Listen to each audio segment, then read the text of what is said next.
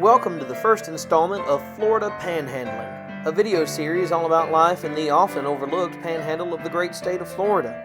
It's part of the great melting pot of cultures that is the state of Florida, which is itself a microcosm of our great nation. It's home to natural beauty, intriguing history, southern living, and even a few adventure-worthy hidden gems. Come along and enjoy the ride.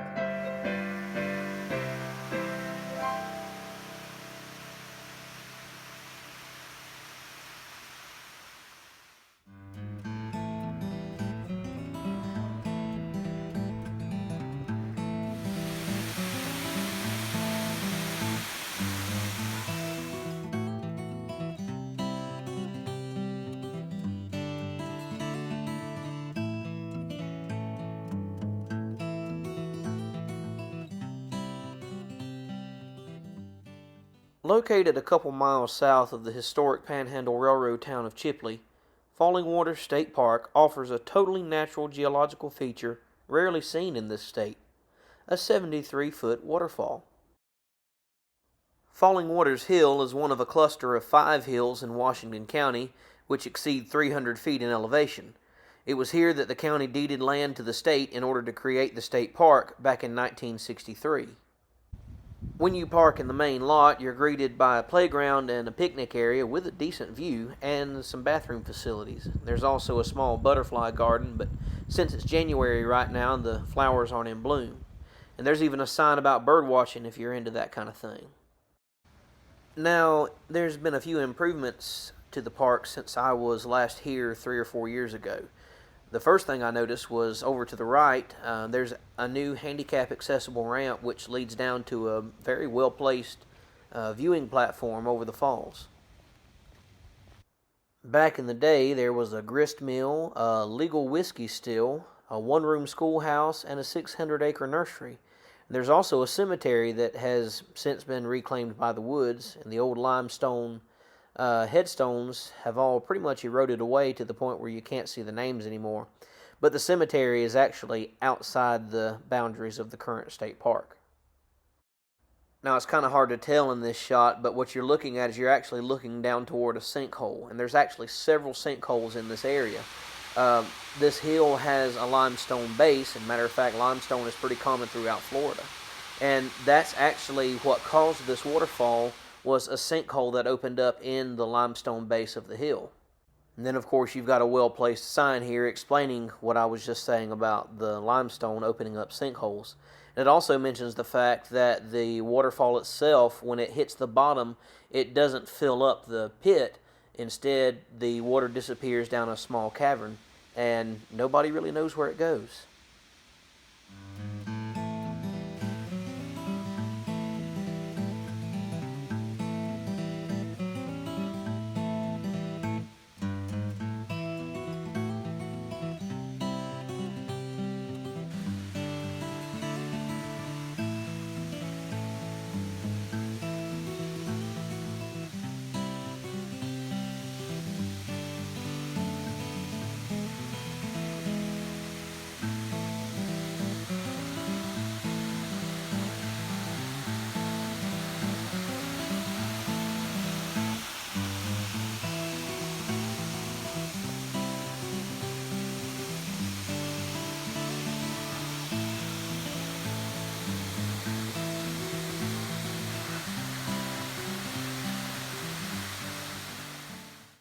Now, it's going to enhance your experience a good bit if you come see the falls right after there's been a good rain. We had a good heavy rain here the night before, so I knew it would be running real good today. So this was a really good day to come and see it.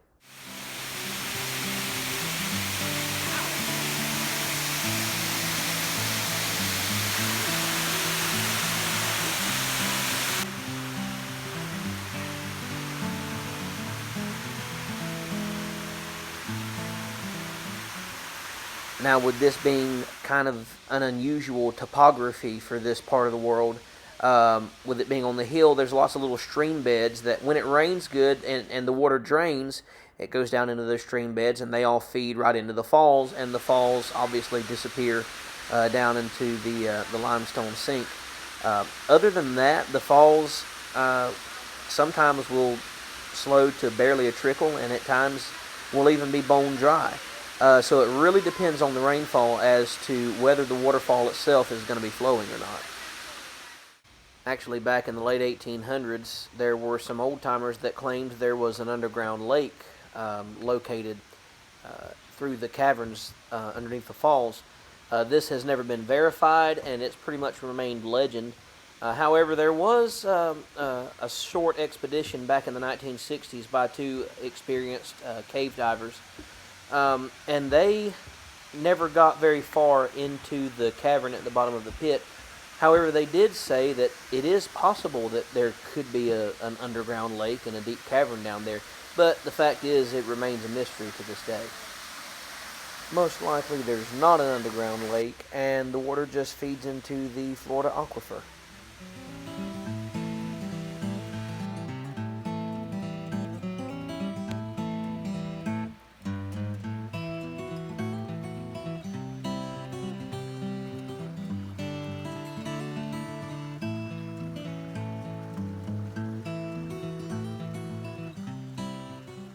I mean, it's not a terribly busy place.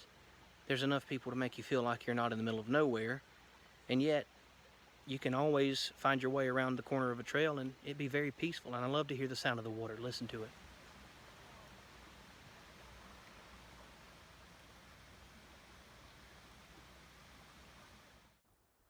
Now, I always enjoy learning about the history of a place because you always find out more than what you first see on the surface. For instance, not only was this spot home to some of the early settlers of this area, but it was also, before that time, home to a small community of Native Americans. It was also on this hill that wildcat oil men attempted to strike it rich back in the year 1919. There was a letter that had surfaced which had allegedly been written by an early Spanish explorer named Jose Matanzas back in the early days of Old Spanish Florida. And in that letter, he told of some kind of substance in the rocks that would burn, so it was presumed that he was speaking about oil.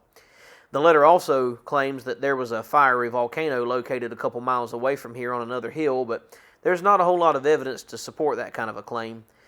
Anyway, the only thing that the wildcatter struck was a big blow of gas at around 3,900 feet, and as you see on this plaque, they gave up and capped off the well in 1921. In the winter of 1956, a cow fell into the old sludge pit next to the oil well, and that made big news in the small community around here. The plight of the cow brought up potential liability issues, so the rescue of said cow is thought to have contributed to the effort to establish a state park here.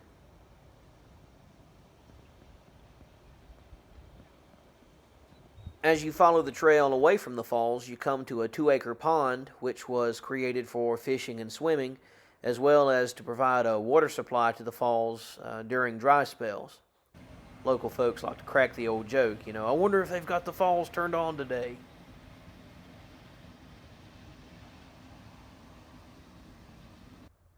Oh yeah, this is Florida, don't forget, so there could be gators in the swimming hole.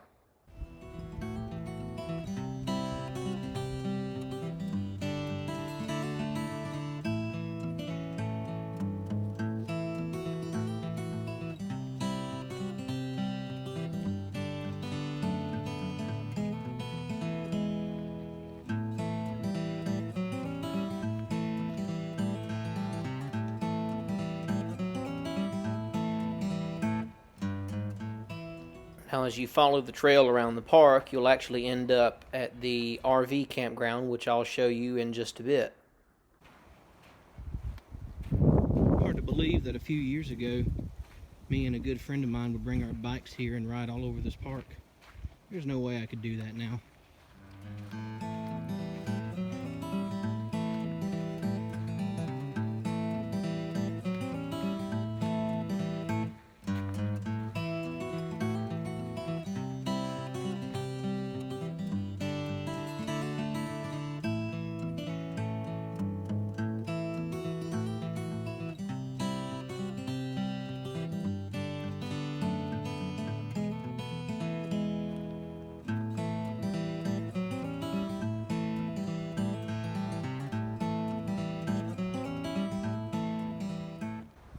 And there are several good campsites here in the park as well, and usually you can count on there being one or two campers here just about every day. It's not an uncommon spot for people to pull off the interstate and spend the night on their way to somewhere else.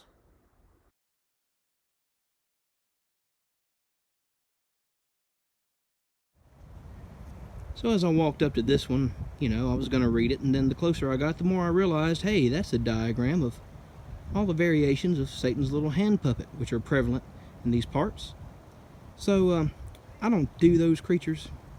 They're pretty much the devil incarnate. So we're going to back away and not read it today.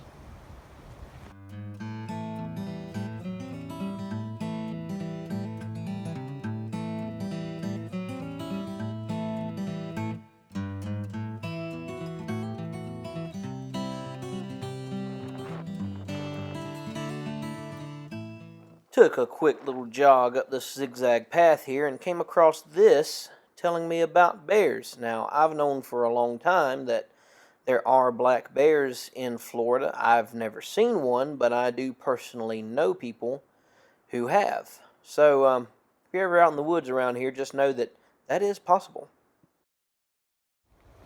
And after a little over an hour of walking around, here we are back at the parking lot where the recreation area and playground is. And now I'm going to go get me some lunch. Well, it has done messed around and got warm around here. I thought it was only going to be about 60 or so today. And nice and cool after that rain we had last night. No, the humidity's at about 150%. I'm already starting to sweat, which that's not uncommon. But had a great time walking around the park here. It's truly a hidden gem right here in the heart of the Florida Panhandle. You should come check it out, enjoy it, have a good time, and yeah,